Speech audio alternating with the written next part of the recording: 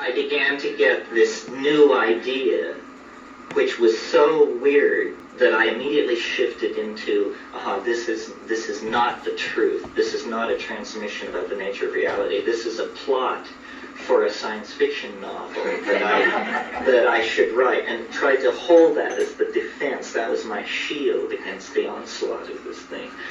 And I've never been one for Atlantis or Lemuria or all these invisible prehistoric lands and places that people enjoy so much. But I was told a very funny thing, which I will share with you. It's a funny idea. Now let's see, how does it go? It has two versions, one of which speaks a scientific language, the other speaks a mythological language. Okay, so the scientific language goes like this. There's something in the universe called a fractal soliton of improbability. This means it's a unicate event. It only happens once in the lifetime of a universe. You can think of it as a wavelength with one wave. That's why it's called a soliton. And if one of these things move not in ordinary three-dimensional space, but in some kind of much higher spatial manifold, and when they collide with a planet, or when one collides with a planet in a universe, the time stream of that planet is divided, and two copies of the entire planet spring into existence without either having any knowledge of it. It just is something which happens. So this voice was telling me that this had happened to the Earth, and that this was the secret that we were all striving to understand, was that an event in the past had actually divided our time stream, and that a twin of this planet had come into being in another dimension. Okay, so that's the scientific explanation of it. So the mythological explanation was that the universe, it's Gnostic, that the universe is the creation of a demiurge, not the highest expression of divinity, but a kind of demon, a fallen creature, and that this demiurge was able to coax itself into being and actually incarnate into history as a human being. And that when this happened, this was then the mythological expression of the fractal soliton of improbability. And when it happened, the time stream split. The universe is the creation of the demiurge, and the demiurge impelled itself in the form of an individual. Right. And this is sort of, waited a long time. When you're a demiurge, who can hurry? Okay, go ahead. Okay, so the time-splitting event had to do with the career of Christ, who was an extraordinary manifestation of energy in the historical time stream, not to be confused with a Buddha or a Mohammed or a Zoroaster, who were great saints. And it was something else. It was, in some sense, what it claimed to be, but in some sense. Okay? So now, at the moment of, and you can choose either the Immaculate Conception or the Resurrection, depending on which side of the bed you got up on today. But at that moment, the time stream split, and this other place came into being without having any awareness that, and they were identical at that moment, these two worlds. Now, Christ had no children.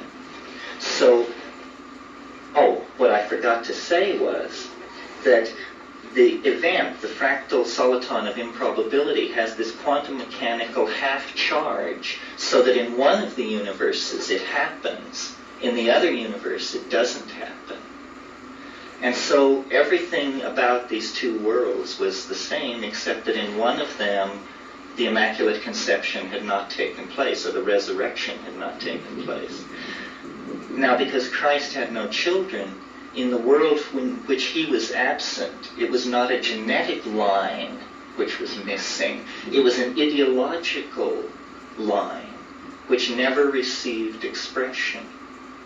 And consequently, as time passed, first decades and then centuries, the absence of this particular intellectual influence in the world changed the world radically in the following way.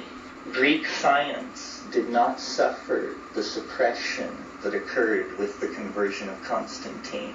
The academies were not closed.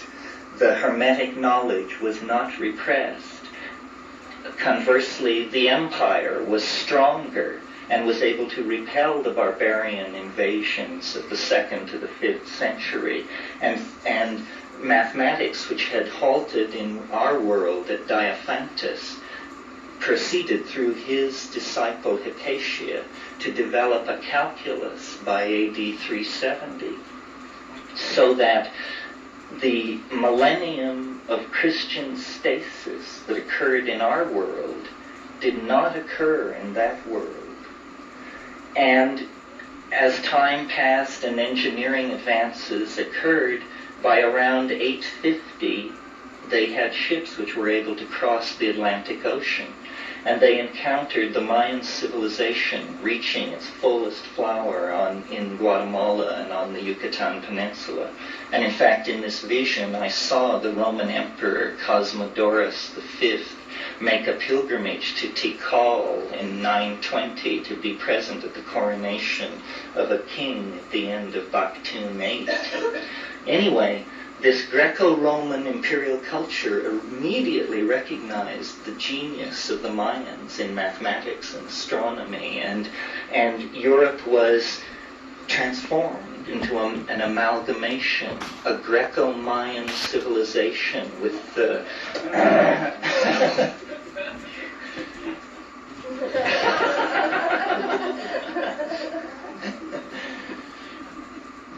So let me see.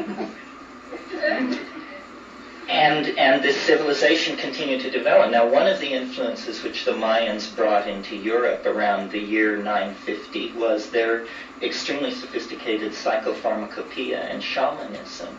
And this mated with Neoplatonism and Hermeticism, so that rather than science developing, as it developed in our world, a kind of magical psychopharmacolytic technology of thought and understanding was what was developed over the centuries.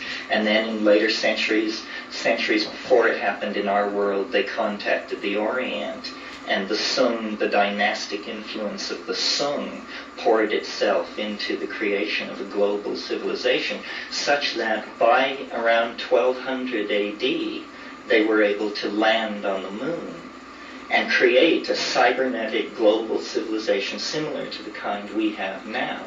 They continued evolving with all this psychotronic and shamanically derived. And now, by this time, you can imagine it was an unbelievably exotic and alien civilization compared to our own. The fruits of their psychedelic and psychoanalytic investigations into higher space was the discovery of our world. They found out what had happened. They figured it out by studying dreams.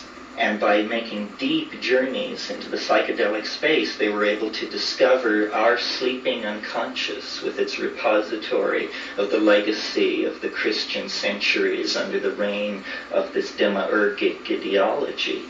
And they conceived of the notion of saving us.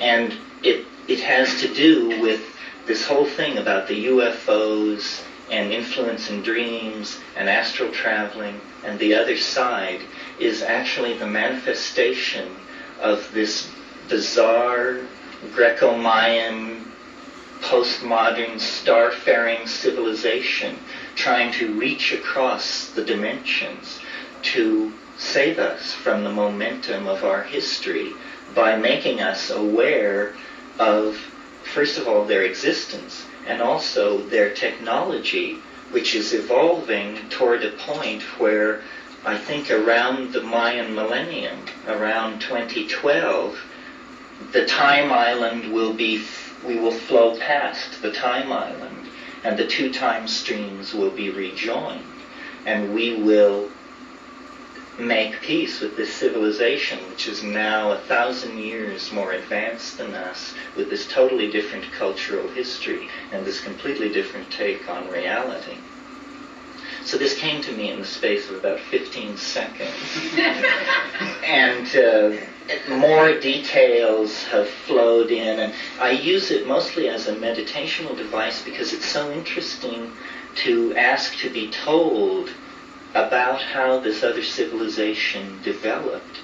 It's amazing exoticism, it's Neoplatonism, it's Taoism, it's Mayan influences melded into a completely different kind of civilization than the one that we inherited. I've always thought,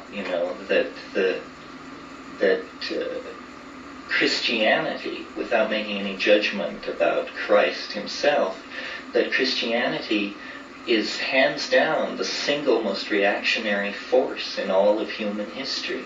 And where would we be had that 1,200 years not been given over to this peculiar meditation, All the pieces were in place for the kind of civilization that I've outlined. It was just a coincidence.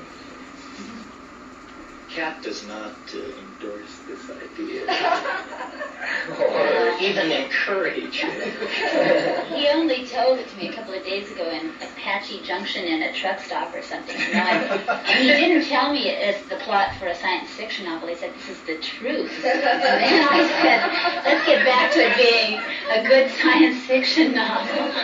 Well, the thing is that it would, on our level, explain perhaps the questions you were asking earlier of why the teaching class.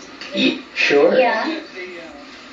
Another thing I was curious while you were talking about this is the physics of nowadays. It's like if you have an electron on one side of the universe and split it into two and separate them by the universe, they're still in communication with each other. So is that why, logically, you can bring the time island back together again?